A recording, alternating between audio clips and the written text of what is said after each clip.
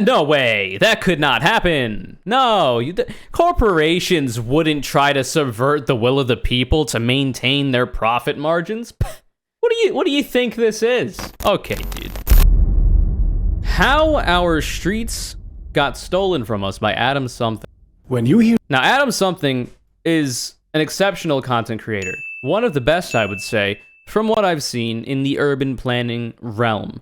Because not only are the videos informative, but they're also fun and funny. I'm a big fan of, not suburban life. I'm a big fan of actual good urban planning, High density seems cool if you can, work around some of the problems. Let's see what's up. When you hear the word urban street, what kind of image comes into mind? Is it... That's a good question.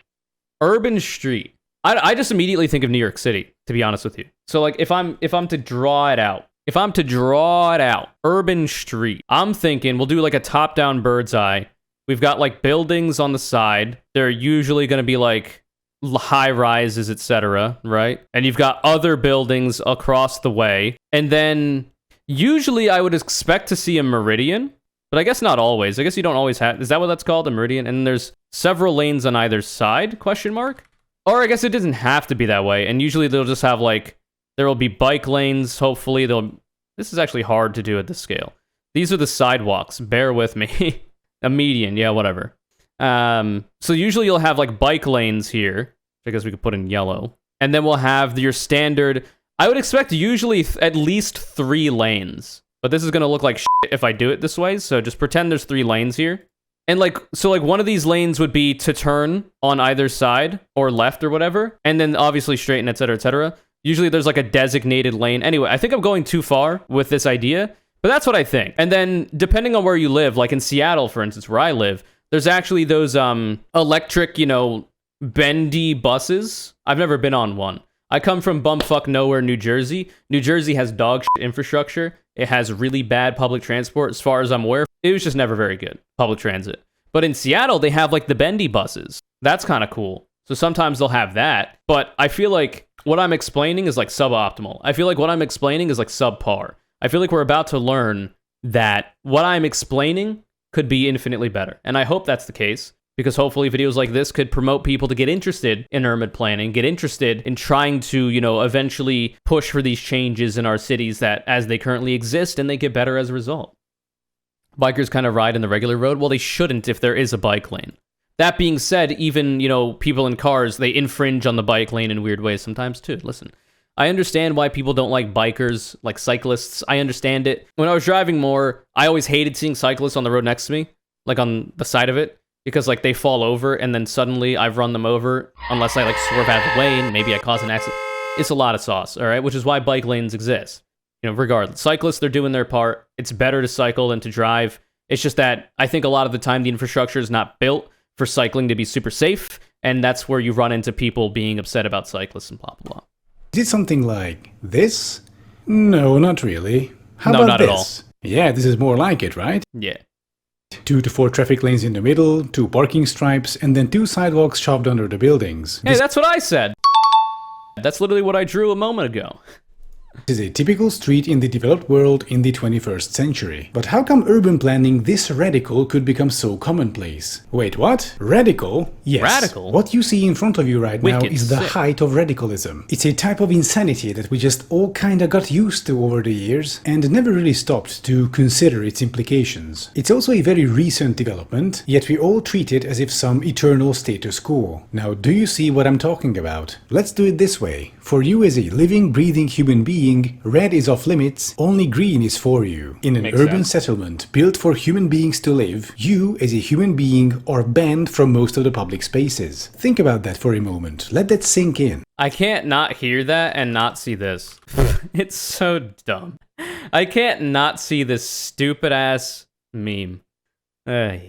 Inside your city, you are banned from using most public spaces. And the The only internet. way you can use those spaces again is if you purchase a motor vehicle. And this is something very new. For as long as human settlements have existed, our streets used to be places of public congregation with additional transportation. Streets were places for us to socialize, to talk, walk, drink, eat, shop, hang out. In other Makes words, to live our lives. So it seems to be the case that in the past, it was flipped. So what Adam Something was talking about before is that nowadays, most people's understanding in most actual instances of an urban street, majority of it is off limits to humans, and the rest of it is used for cars and whatnot. Whereas in this instance, the cars are actually the ones that have to yield to all of the pedestrians that are normally going to be using these streets. Now, I guess a lot of this would be because of the fact that, I don't know how old this picture is, but a lot of like older cities are not necessarily built with cars in mind because they hadn't been invented yet. They were built with like horse and buggy in mind or just people walking. And as a result, they're going to be formatted differently. You're going to expect to see more pedestrians on the road. You're going to expect to see a lot more development with that in mind. And now that, you know, the automobile industry has absolutely strangled the life out of infrastructure in this country, the United States at least, we're not seeing that. We're seeing literally everything built around cars. Even suburbs are a thing for whatever reason that are built entirely around cars, when the kind of concept of suburbs kind of like contradict that. Regardless, it's not good. Super narrow roads and roads made out of bricks, yeah, for the old school. It's so bad out here in Southern California, urban planning wise. I feel like it's just that way in every city in the States, unfortunately. Like even Seattle, though this is the biggest city I've ever been. Like I said, I come from middle of nowhere, New Jersey. So like I'm not used to a lot of, you know, stuff going on. This is the biggest city I've ever been in for any extended period of time, Seattle. And even then, like as much as I've walked in it, it still seems majority car focused. Not good. Streets were for people still, the vast majority of people. But then something happened. Something that was as ingenious as it was sinister. An instance of manufactured consent, so well executed it would put John Arbuckle's 1994 to shame. And the end result is you looking out of your window, surveying this radical change, this fundamental shift which is contrary to human nature, and think nothing of it. How did this happen? Who was responsible? And what can we do to fix this mess? Let's find out after a brief word from today's sponsor, Morning Brew. Morning Brew is a daily newsletter designed for millennials. Get the bag, but also on your own time. Aww. Listen, Adam Something dwarfs me in viewership, okay? I think we could skip through the ads here. 100 or so years ago, in the 1920s, cars began to appear on the streets in greater and greater. Imagine how easy it would be to be social back then. Oh, absolutely. I mean, alienation is a thing that, you know, has been made worse because of the massive accessibility that your everyday person has to automobiles. Now, of course, automobiles have increased the quality of life of humans in a variety of ways, but they've also caused a lot of problems as well. And by virtue of being a new and expensive tech novelty, it was mostly wealthy people who owned them. And keep in mind that traffic rules as we know them today didn't exist yet. The way you drove was completely up to you. So we have a bunch of wealthy assholes in expensive and fast cars with no traffic rules driving onto pedestrian streets. And so predictably the result was a massive death toll. The result of a phenomenon which later came to be called joyriding. And believe it or not, the public was staunchly anti-car at this point. So car manufacturers had a big problem. Their cars were being portrayed as these murderous death machines, which they pretty much were at this point, and the consequences of this bad PR was a threat to the automaker's bottom line. So what can they do? They can't really change people's minds at this point. The obvious and negative consequences of motorization were there for anyone to see. And that was when players of the auto industry came up with an idea. Makes sense. So I think what's going to happen here, I haven't seen the video yet, it literally just came out. What I think is going to happen here is it's like, let's not look at the negative aspects of the automobile itself or the people driving the automobile, but rather let's format literally everything around it to make up for the negative aspects of the automobile. That way we can still keep selling them to the public and to, you know, companies and to the federal government, etc. We can still keep the gravy train rolling. We can still get the money pumping in. It's just going to require some investment to infrastructure using probably, more likely than not, taxpayer dollars. So the corporations keep making money, and the taxpayer's dime has to pay for making up for the bad parts of what the automobile is doing. Seems like a win-win to me, brother. I don't know about you. That sounds like freedom to me. Yeah, that was just as insidious as it was genius and effective. Their targets became your grandparents or great-grandparents, depending on how old you are. At that point, they were school age still, and they started receiving a new type of education, courtesy of the auto industry and their endless benevolence. For the sake of their safety, children are taught to always look around before crossing the road, because they are the ones who have to stop for traffic and not the other way around. Makes sense. That being said, pedestrians always have the right of way, unless...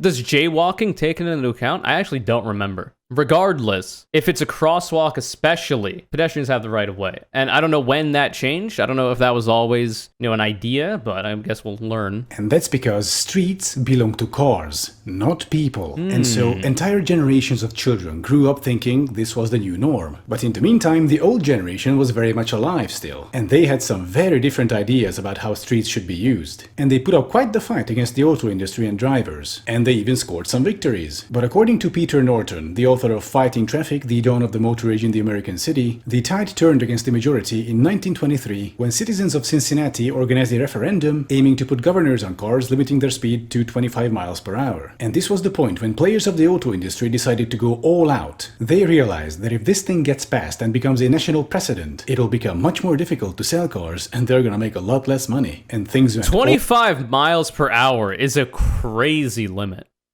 25 miles per hour. Like, if you think about it nowadays, I guess in a lot of streets where you would see pedestrians, you go from anywhere from 25, which seems to be the standard for lower end, even slower than that for school speed limits, etc. But in a lot of more commercial areas, you'll see anywhere from 30 to 40. And when you get onto the highway, which I guess, the highway and its consequences has been good and bad, you get anywhere from, 50, 60 and above. But I guess you're not expecting to see pedestrians on the highway.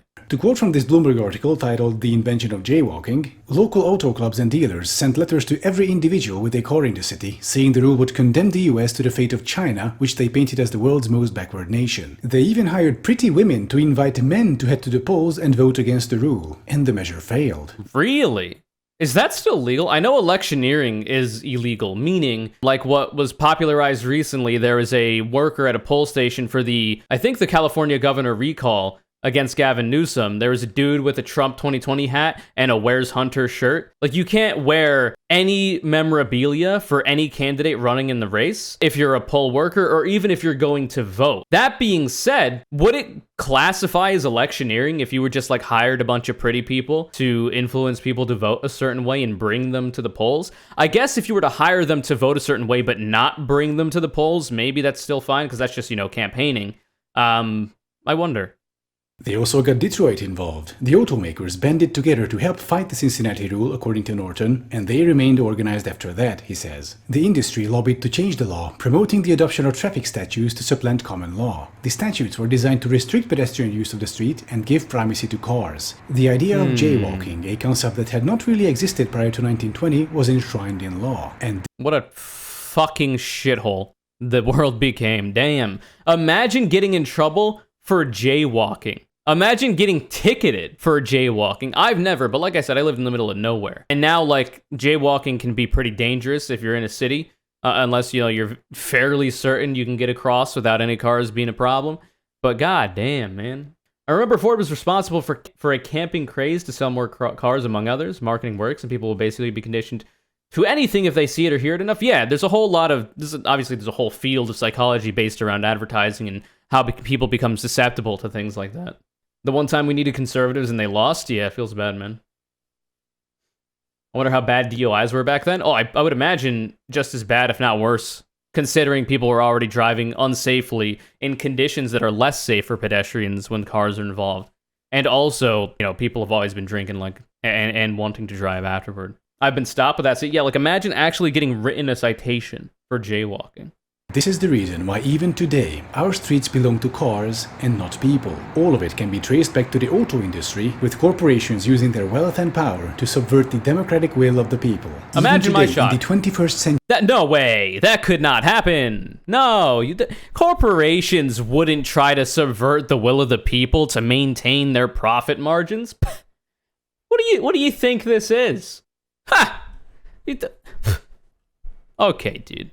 I don't know about this Adam something guy. Sounds like a liberal to me. Is this guy a communist? What's going on here? Our streets are designed to serve corporate interest and not the people. For the sake of individualized transport and massive corporate profits, we are forced to endure all the negative consequences. The traffic hazard, the air pollution, the noise pollution, the loss of public space. These are all very bad things. And guess who's not suffering from them? And over here we have a picture of inner city Stuttgart, Germany, where Stuttgart being the home of Daimler Group and Mercedes-Benz. Now, I like the addition of the loud noise from cars on the street in the back here, because it's actually annoying me. It's actually annoying me that I'm hearing that while trying to listen to what he's saying. I think that's a nice touch for the editing of the video. Of these buildings do you think the Daimler leadership lives in? I mean, hey, this looks like the ideal place for a car company's leadership. There's like 14 traffic lanes all very close to the buildings. Now, this might come as a shock for you, but they seem to prefer different areas of the city. And over here we can see the Degerloch and Waldau areas of Stuttgart. In these places and the areas near them, your average size, nothing special single-family homes cost between $1 and $3 million. According to this local German newspaper, this is one of the most expensive areas of Stuttgart, offering its tenants calm and quiet and proximity to green areas and the city center. They also describe it as a practical Daimler enclave. But hey, if you also want to raise your children in an area free of the negative aspects of motorization, all you need to do is buy a house in Waldau. That would be $1.2 million, please. Yeah, literally just buy a house. I would imagine that we're going to learn that there was some shifty deals that went on with the advent of the automobile, to motorization presenting problems for people living in like high density urban areas, to then people wanting to move to more quiet areas like we're seeing here, and then like the explosion of suburbs, right? I assume that's what's going on here.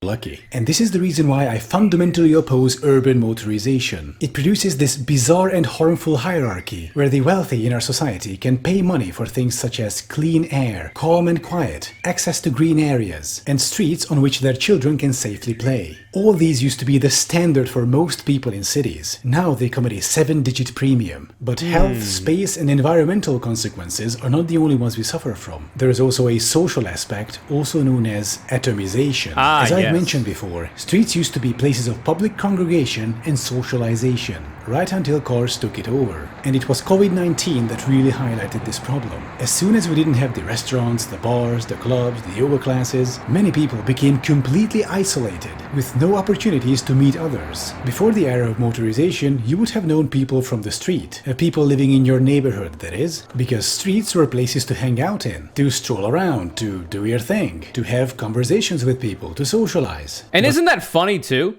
I feel like in a lot of like popular media that people really like romanticize and look back upon, like especially in like a lot of anime, etc. So like if you think Ghibli movies, right?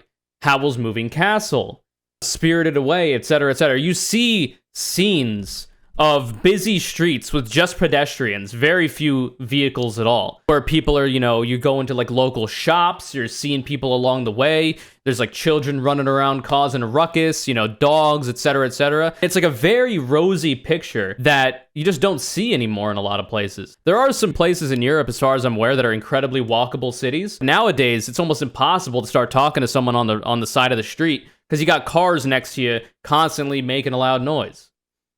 If you strike up a conversation on the street in most places today, you'd be seen as a crazy person? Yeah. You see this in places in Asia too? Makes sense. Such a shame, man. Because like, if you think about it, those rosy pictures of busy pedestrian-filled streets, not a car in sight, just dudes living in the moment, it seems so nice, man. But here we are. But nowadays, with all the noise, the pollution, the crammed, narrow sidewalks, streets became this temporary unpleasantness that we have to trudge through to get to the nice places. And all because we gave our streets to cars. So what is the solution? How do we fix this mess? We need to rise up against cars and take back our streets. That's what we need to do. We need to conure riot and take back our streets. It's the only way. Now, that being said, the way that we achieve these goals, I'm not too sure. You could try through legislation, you could try to, convince your elected representatives to try to make changes to the infrastructure that allow for more walkable parts of cities, etc.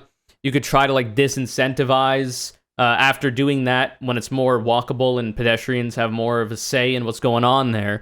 You try to disincentivize motorization and automobile usage. Not to say that you shouldn't be able to have an automobile and use it, but rather that a lot of these places don't necessarily need to be exclusively for automobiles. Like, I don't know how else you could do it outside of like larger scale, like revolutionary action, which feels really difficult all the time. But maybe that's just, the capitalist realism talking.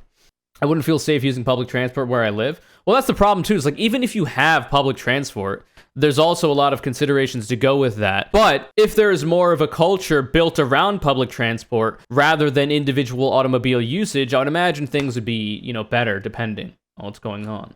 Convinced my biggest source of sadness is that I can imagine a better world? Well, that's how life is, unfortunately. We feel bad about the world we live in, not because we hate it and want it to change for the worse, but rather we want to see it better for ourselves, for our family and friends, for, future generations that we have no clue what they're going to be up to. I think it's a sign of empathy and, intelligence. It's just, unfortunate that that's how it is.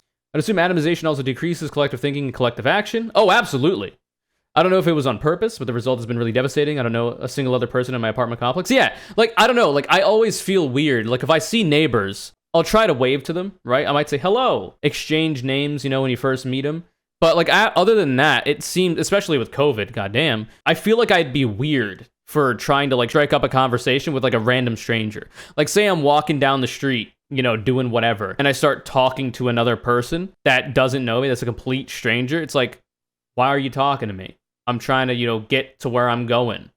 But I guess it's literally what Adam something was just talking about, how, the squeezing of the pedestrian part of the sidewalk and the fact that sidewalks are literally just a limbo, essentially, for you to get from point A to point B where you actually want to be to converse with people. It just makes people look weird if they're trying to talk to random strangers. Being able to take the train everywhere in New York City is awesome. I can imagine. I've never been a big public transport goer, like I've described before, coming from the middle of nowhere, but I haven't also since coming to a city, but that's because I haven't needed to. Cars are way more deadly than any other form of transport, even planes and helicopters? Yup. Feel the isolation is beneficial for introverted people like me, less random people acting like we're friends and asking me personal shit? I wouldn't take that trade-off, that's for sure. I'd rather be annoyed by people if it meant that people could get together, if people felt like it was more normalized to just randomly start talking to a stranger. Collective action and things like that are less easy to do as a result of the atomization of large urban centers and densely populated areas. If you're always in the streets, like Adam Something is talking about in the beginning, where the cities are for pedestrians and not for automobiles, you're always talking to people. You're constantly keeping up with other people, which you're incentivized to do in that situation. If you have a political agenda, you can radicalize them, or if you have a more radical agenda, you could collectively organize to, try to get a thing that would benefit your life. And nowadays, it's a lot harder. But the distance between my house and where I work, yep. Well, that's also the problem, and I experienced that too. Back when I was living in the apartment I lived in for a while on my own, I had to drive 20 minutes to get from one dying town to another either way. And that's a lot of time driving. It's 40 minutes both ways. There's no way in hell I'm walking that, so I have to use a vehicle. For my last 24 years of life, before moving to Seattle, you had to have an automobile to exist, which is, is an interesting, coercive element that I'm sure the automobile industry is very excited about. I'd kill to be able to walk/bus everywhere. Yeah, it's infinitely cheaper too, because you don't need to pay for a vehicle. You don't need to make payments to a bank to pay for the vehicle. If you have to take out a loan, you don't have to pay for maintenance of the vehicle, insurance of the vehicle. There's a lot of industries that benefit from automobiles being the status quo. And because of that, it's incredibly difficult to remove the grip automobiles have, especially considering the infrastructure that's been built around the automobiles. That's even harder. That's literally more concrete, right?